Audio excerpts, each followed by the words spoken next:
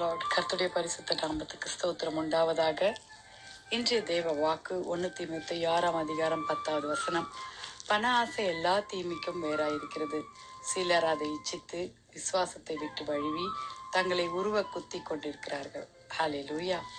ஆண்டவராகிய இயேசு கிறிஸ்து வாழ்ந்த காலத்திலே யூதாஸ் காரியாத் இன்றைய இந்த புதன்கிழமை 2000 வருஷத்துக்கு முன்பாக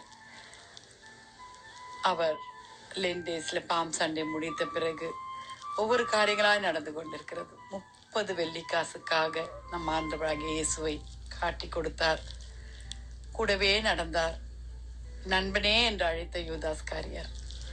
ஆம் தேவ ஜனங்களே, வாலிப பிள்ளைகளே, நம்மளையும் மகனே மகளே என்று அவர் அழைத்து கொண்டிருக்கும் பொழுது நாம் அவரை எப்படியாக நாம் நடத்துகிறோம் யோசிச்சு பார்ப்போமா? நாம் எதற்கு பின்பாய் நாம் ஓடிக்கொண்டிருக்கிறோம்? வாலிப பிள்ளைகளே, தற்பிரியராய் ஓடிக்கொண்டிருக்கிறோம். சுபாவ அன்பில்லாதவர்களாய் ஓடிக்கொண்டிருக்கிறோம். வாலிப பிள்ளைகளே, இந்நாட்கள் அன்பு தனிந்ததாய் தான் காணப்பட்டு கொண்டிருக்கிறது. தேவனுடைய ராஜ்யத்தையும் நீதியும் தேடுங்கள், அப்போது இவைகள் யாவும் கூட கொடுக்கப்படும் என்ற வசனம் பேசிக்கொண்டிருக்கிறது. ஆனால் அதை நாம் செயலில் கொண்டு வருகிறோமா என்று யோசித்து பார்க்கணும். பணம் பெரிதாய் காணப்பட்டு கொண்டிருக்கிறது.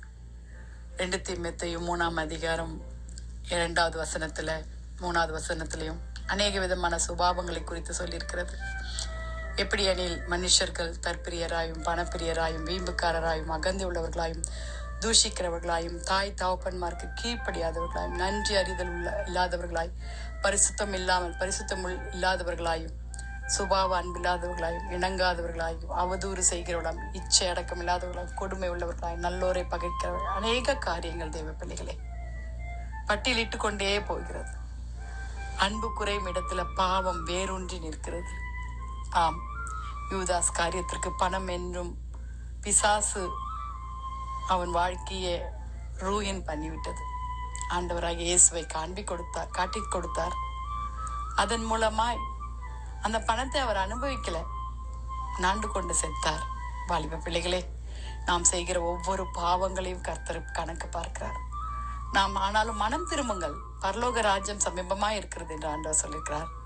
ஆம் வாலிப பிள்ளைகளே, ஆண்டவரே, பணம் எல்லாத்துக்கும் தீமை என்பதை நீங்க எங்க கூட பேசி கொண்டிருக்கிறீங்களப்பா. நாங்க ஆண்டவரே உங்களுடைய கருத்துல வருகிறோம். அந்த தீமையிலிருந்து கர்த்தாவை எங்களை பாதுகாத்துக் கொள்ளுங்க. ஜெபிக்கலாமா? எபிரேயர் 13 அதிகாரம் 5வது வசனம். நீங்கள் பண ஆசை இல்லாதவர்களாய் நடந்து உங்களுக்கு இருக்கிறவைகளை போதும் என்று எண்ணுங்கள். நான் உன்னை விட்டு விலகுவதும் இல்லை, உன்னை கைவிடுதும் என்று கர்த்தர் சொல்லி இருக்கிறாரே. வாலிப பிள்ளைகளே, நம்ம ஜெபிக்கலாமா?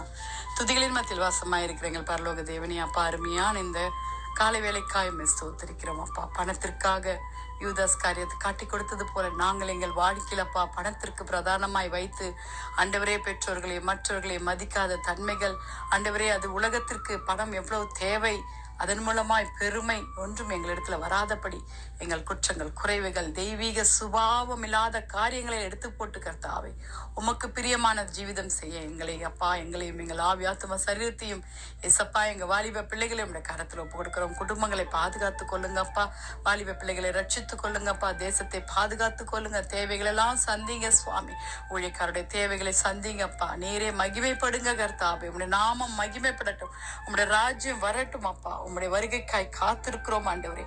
நீர் மாத்திரம் அப்பா பெருகிறோம், நாங்க சிறுகணும் ஏசப்பா. துதிக்க மகிமை உமக்கே செலுத்துகிறோம். மீட்பர் இயேசுவின் மூலம் ஜெபம் கேளும் பிதாவே. ஆமென், ஆமென். Wish you a happy blessed day and God bless.